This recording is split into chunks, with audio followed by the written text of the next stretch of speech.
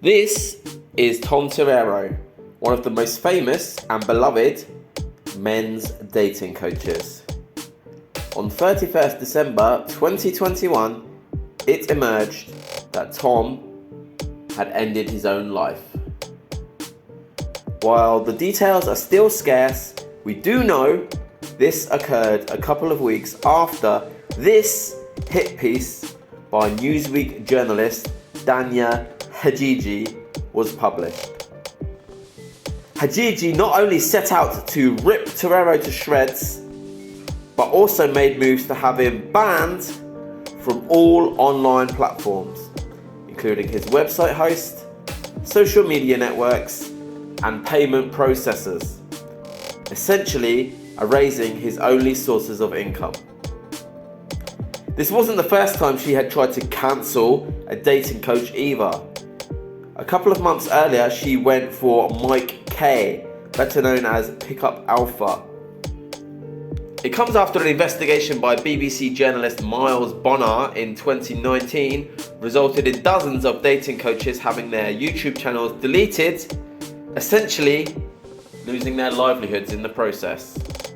In this video, we're going to explore why the media is obsessed with cancelling men's dating coaches and how they're going about silencing them. Let's make one thing clear. The men's dating coaching industry is unregulated. It does have some dodgy characters in it. But what industry doesn't? The difference is the media loves tarring all men's dating coaches with the same dirty brush. For starters, they'll call all dating coaches pick-up artists. People associate that word with the absurdity of the characters that appeared in Neil Strauss's famous book, The Game, published in 2004. These guys were self-proclaimed nerds who wore wacky clothes, spoke in secret code, and used canned routines based on NLP to seduce women. They were ridiculed, and rightly so. In the present day, few dating coaches refer to themselves as pick-up artists, nor engage in this kind of outlandish behaviour. Yet the term is continuously used in the media because it immediately frames dating coaches in a negative light. Dating coaches have also wrongly been grouped with more extreme demographics in the manosphere, such as incels and MGTOW, men going their own way. Incels and MGTOW are online fringe groups that hate women. They are misogynists. Dating coaches, or pickup artists, if you insist on calling them that, are teaching men how to improve their relationships with women. They are literally polar opposites. Dating coaches exist so that men don't end up in misogynist groups like incels or MGTOW. Another common accusation labelled at men's dating coaches is that they promote coercive, deceptive, and manipulative techniques to get women to sleep with them. These accusations are inherently sexist towards women because they imply that women are stupid enough to be tricked into sleeping with men they don't like. Women are not stupid. They are actually typically far more socially intelligent than men.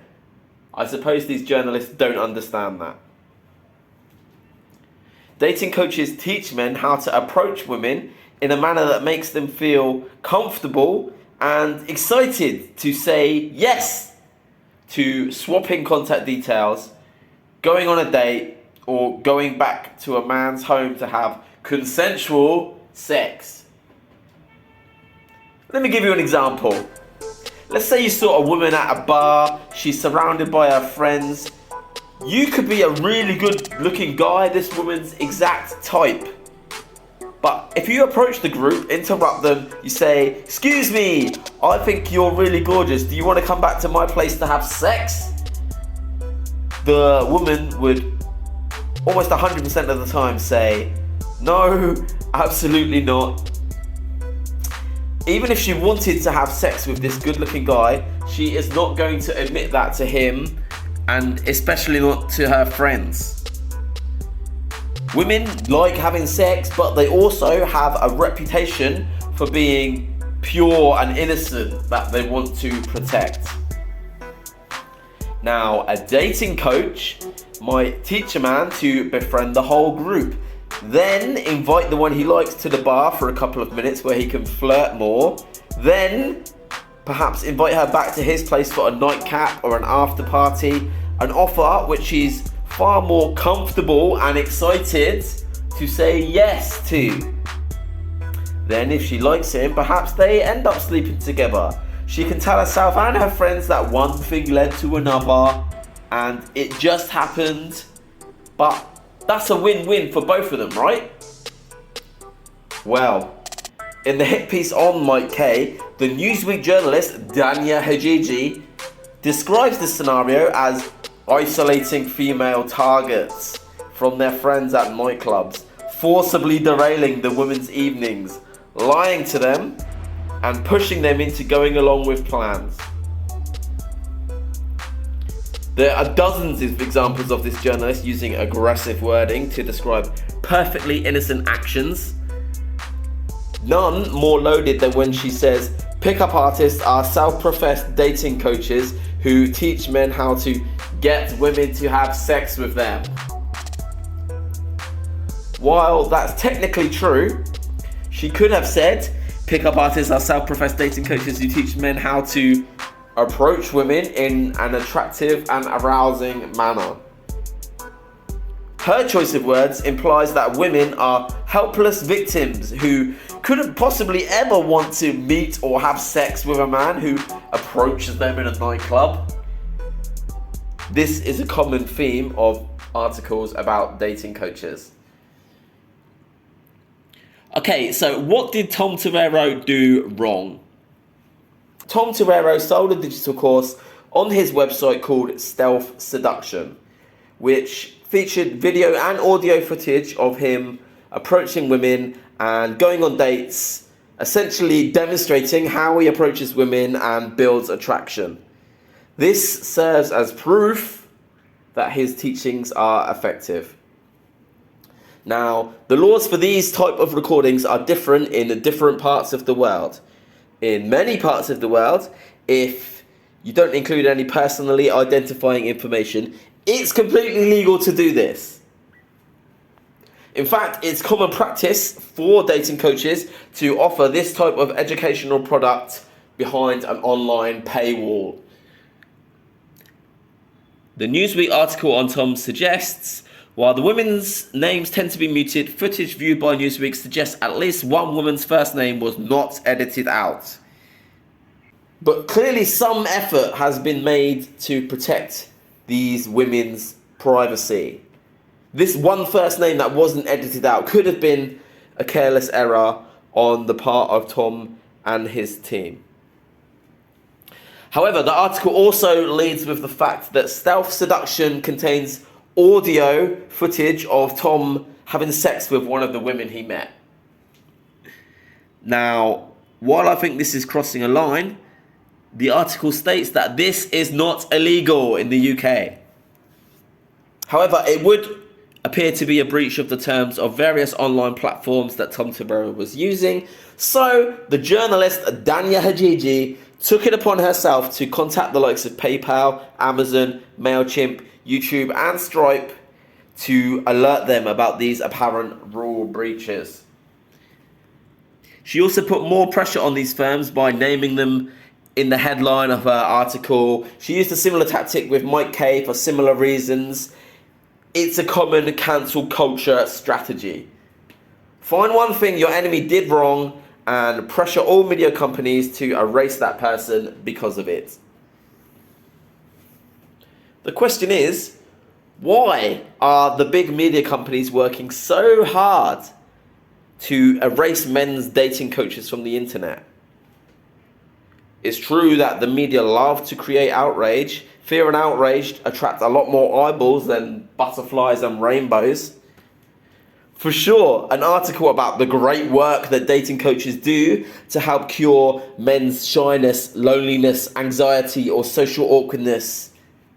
That wouldn't get as many clicks.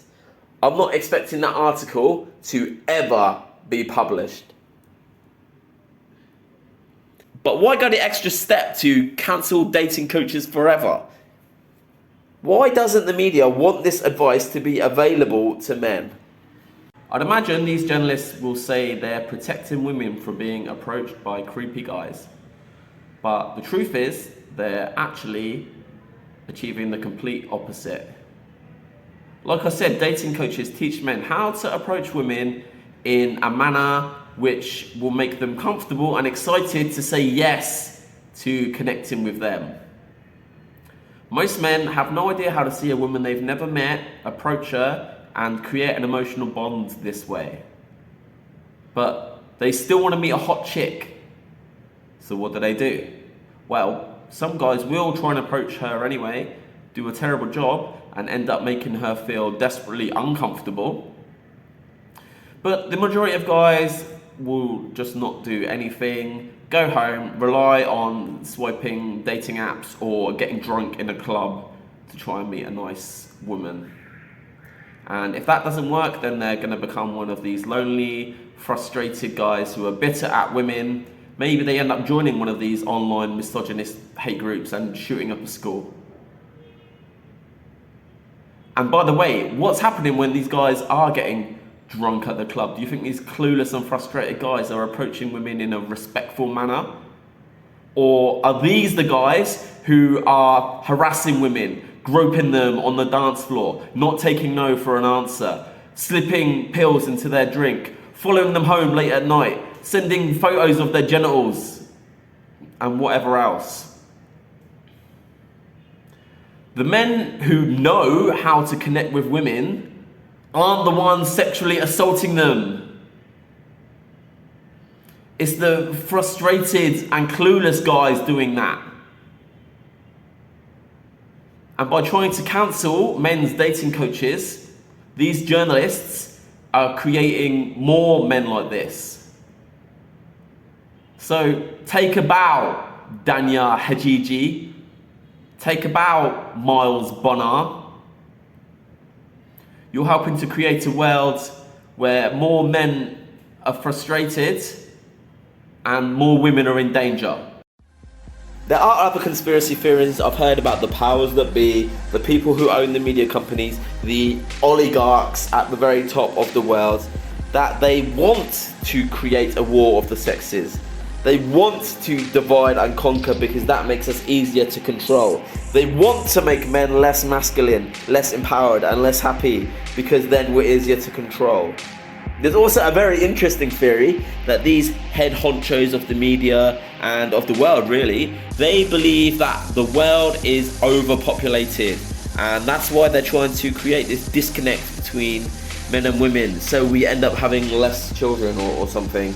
One thing that's for certain is that this disconnect between men and women does exist. The media is encouraging women to be more masculine and men to be more feminine in a number of ways. The sloppy estrogenic leads in movies and TV shows, toxic masculinity campaign, the Me Too campaign, the glorification of LGBTQA+, the glorification of plus-size models, the third wave feminism movement. This is all contributing towards men and women being against each other and our relationships being depolarized. And that's part of the reason why the latest generation of men have become weaker, sloppier, and more afraid than ever.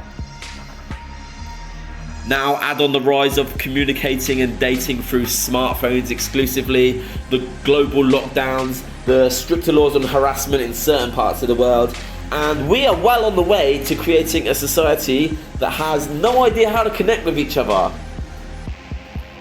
For the young adults and the children at least.